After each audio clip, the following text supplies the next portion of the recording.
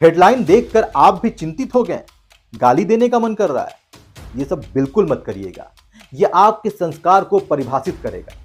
पहले पूरी खबर को देख लीजिए, फिर विचार कीजिए कि आखिर विधायक जी ने ऐसा क्यों कहा। एक विषय में बार-बार गंभीरता से आदरणीय मुलायम सिंह ने कभी कहा, मेरा पाकिस्तान दुश्मन नहीं है, मेरा दुश्मन है तो चीन, चाइना। उन्होंने कहा पाकिस्तान हिंदुस्तान का छोटा भाई है, पाकिस्तान हिंदुस्तान का छोटा भाई है।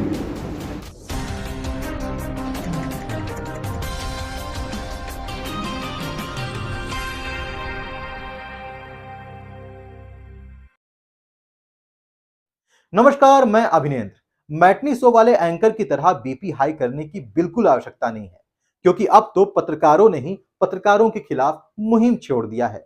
निष्पक्ष और दलाल जैसे शब्दों का एक नया युद्ध शुरू हो गया है। मध्य प्रदेश के दामो प्रेस क्लब में पोस्टर ही लगा दिया गया कि दलाल पत्रकारों पत्रकारिता छोड़ दो। इससे पता चलता है कि प्रेस के भीतर काम करने वाले पत्रकारों का भी दम घुटता जा रहा है। कुछ आर्थिक रूप से कमजोर होकर अपने आकाओं की हर बात को मानने के लिए मजबूर हैं, जिनका फायदा उठाया जा रहा है, और कुछ विशेष विचारधारा के प्रभाव में अंधे हो चुके हैं। लोग जो पत्रकारिता को बदनाम कर रहे हैं, दलाली कर रहे हैं, नेताओं की चमचागिरी कर रहे हैं, सच्चाई को छुपाकर उनका गुणगान कर रहे हैं, ऐसे लोगों के बहिष्कार के लिए हम लोगों ने यह होर्डिंग लगाया है। और हम लोगों का यह प्रयास है कि ऐसे लोग जो दलाली करके पत्रकारिता को बदनाम कर रहे हैं, उनका बहिष्कार किया जाना चाहिए। ये विडंबना कहेंगे इस चीज़ के लिए कि आज से कुछ वर्षों पहले तक तो ये पत्रकारिता हम देखते थे, सहज सरल सुलभ होती थी पत्रकारिता।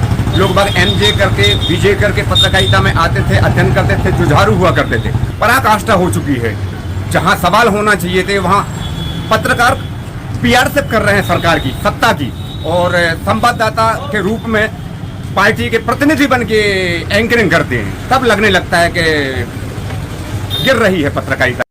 खैर, खबरों को प्रस्तुत करने का ढंग अब ऐसा हो चला है कि कब किसका सम्मान हो जाए और कब किसका अपमान कहा नहीं जा सकता। कुछ ऐसा ही हुआ है उत्तर प्रदेश के जनपद गाजीपुर में। गाजीपुर शहर स्थित एमएएच इंटर कॉलेज में सर सैयद डे पर एक कार्यक्रम का आयोजन किया गया। कार्यक्रम में छात्रों ने कविता और शायरी के माध्यम से इस कार्यक्रम की शोभा को बढ़ाया। इन छात्रों की प्रस्तुति में हिंदू मुस्लिम एकता में जो जहर घोला जा रहा है, उसका दर्द स्पष्ट रूप से झलक रहा था। सवाल यह था कि आखिर आजादी के 75 साल बाद भी हिंदू मुस्लिम एकता के लिए इतना संघर्ष क्यों करना पड़ रहा है। इस बीच गाजीपुर के सदर विधायक जय किशन साहू ने छात्रों को संबोधित करना शुरू किया और उन्होंने कुछ ऐसा बोल दिया जिससे टीवी के मैटनी शो पर 2 घंटे का डिबेट कार्यक्रम हो जाए और टीआरपी से मैटनी शो वाले एंकर नाचने लगे। खैर, हमारा काम तो नाचना नहीं है और ना ही नफरत फैलाना है। हम सच दिखाते हैं और निष्पक्ष दिखाते हैं, यही हमारा काम है। जय किशन साहू ने कहा कि मुलायम सिंह यादव कहते थे कि हमारा असली दुश्मन पाकिस्तान नहीं चीन है, लेकिन आज सत्ताधारी हिंदू और मुस्लिम और पाकिस्तान के नाम पर समाज को बरगलाने का काम कर रहे हैं और समाज में नफरत पैदा कर रहे हैं। क्या कुछ कहा जय किशन साहू ने, वो आप सुनिए।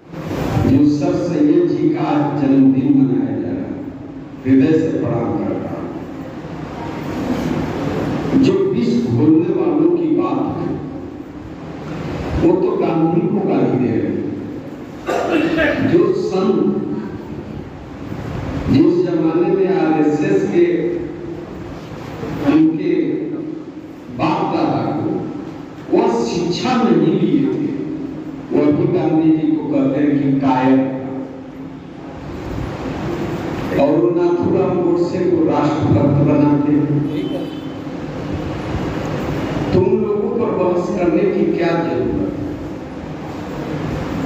एक विषय में बार बार गंभीरता से आदरणीय मुलायम सिंह ने कभी कहा, मेरा पाकिस्तान दुश्मन नहीं है, मेरा दुश्मन है तो चीन, चाइना। उन्होंने कहा पाकिस्तान हिंदुस्तान का छोटा भाई है, पाकिस्तान हिंदुस्तान का छोटा भाई है। जो दुश्मनी बढ़ाई गई उसको प्रारंभिक दौर में रोक करके भाईचारा बनाया गया होता तो आज इतना जहर पूरे विश्व में नहीं था। अब जरा सोचिए, उनके इस बयान को तोड़ मरोड़ के भी पेश किया जा सकता था, कोई इसका फायदा उठा सकता था, टीआरपी बढ़ा सकता था, लेकिन ये एबीटी न्यूज है, यानी अपना भारत टाइम्स, और भारत के रक्षा की और भारत की भक्ति की बात करता है, निष्पक्ष होने की बात करता है और सत्य दिखाता है। इसलिए इस बयान पर हमने उनका स्पष्टीकरण भी लिया। सत्य है, सत्य है, 100% सत्य है। चाइना मुझे आर्थिक रूप से गुलाम बना रहा है, मेरे देश के उद्योगों को बर्बाद कर रहा है। पाकिस्तान कहाँ हिम्मत है? पाकिस्तान छोटा सा देश है, उत्तर प्रदेश का एक अंश है। जब चाहेगा हिंदुस्तान तब मसल देगा। उसका हवा दिखा करके पाकिस्तान दुश्मन, अरे जो दुश्मन है उससे क्यों नहीं लड़ते हैं आप? क्यों हिंदुस्तान पाकिस्तान, हिंदुस्तान पाकिस्तान, हिंदुस्तान पाकिस्तान, हिंदू मुसलमान, इस पर कौन सी चर्चा करने का विषय है? विषय है चाइना का उद्योग जो हमारे देश में स्थापित हो रहा है उसको बंद करना, हम स्वदेशी को बढ़ावा देना, यहाँ के बेरोजगारों को रोजगार देना। विद्या जगत में एक अनोखी सोच के व्यक्ति आदरणीय सर सैयद जी का जन्मदिन था। इस अवसर पर हम MAH विद्यालय पर आए थे और जिनकी जयंती बहुत धूमधाम से, बहुत विचार पूर्वक, बहुत भावपूर्वक मनाया गया। मैं इसके लिए विद्यालय परिवार और इनके सहयोगियों को हृदय से धन्यवाद देता हूँ। कल आपने देखा, कल परसों पेट की परीक्षा हुई, 2 महीना उस पेट की तैयारी में लग गया और उस पेट की साल भर वैलिडिटी है। इसका मतलब क्या हुआ? अरे उसकी वैलिडिटी कम से कम 3 साल, 4 साल, 5 साल करें। ये क्या चाहते हैं? और साल भर में देख ले इन्होंने नौकरी कितना दिया है। इस विषय पर भी बात होना चाहिए। यहाँ के नौजवानों को डिस्टर्ब किया जा रहा है। इन बातों पर क्यों नहीं चुनाव लड़ते हैं? केवल हिंदू मुसलमान, हिंदू मुसलमान, ये कौन सी हुआ, कौन सा रोजगार है? दरअसल इस कार्यक्रम के माध्यम से कॉलेज प्रबंधन सर सैयद के सिद्धांतों पर प्रकाश डालने का प्रयास कर रहा था। कॉलेज के प्रधानाचार्य खालिद अमीर का कहना था कि सर सैयद ने अलीगढ़ मुस्लिम यूनिवर्सिटी की नींव रखी थी, लेकिन उस वक्त वो यूनिवर्सिटी नहीं थी और ना ही उसके नाम में मुस्लिम शब्द का प्रयोग था। बाद में जब यूनिवर्सिटी बनी तो उसमें मुस्लिम शब्द लगा दिया गया, जो गलत था। ये यूनिवर्सिटी सभी धर्मों के छात्रों के लिए बना था और सर सैयद सभी धर्मों के छात्रों में शिक्षा का विस्तार करना चाहते थे। उनके लिए हिंदू मुस्लिम सब एक समान थे। किसी शिक्षण संस्थान में धर्म या जाति से संबंधित शब्दों का प्रयोग नहीं होना चाहिए। इसके पीछे एक बड़ा रीजन यह है कि सर सैयद जिस बात को आज से 150 साल पहले कह रहे थे और जिसके लिए प्रयास किया, उस प्रयास का ही नतीजा है कि कुछ आज हम इस पे चर्चा भी कर ले रहे हैं, वरना इससे भी बुरी हालत होती।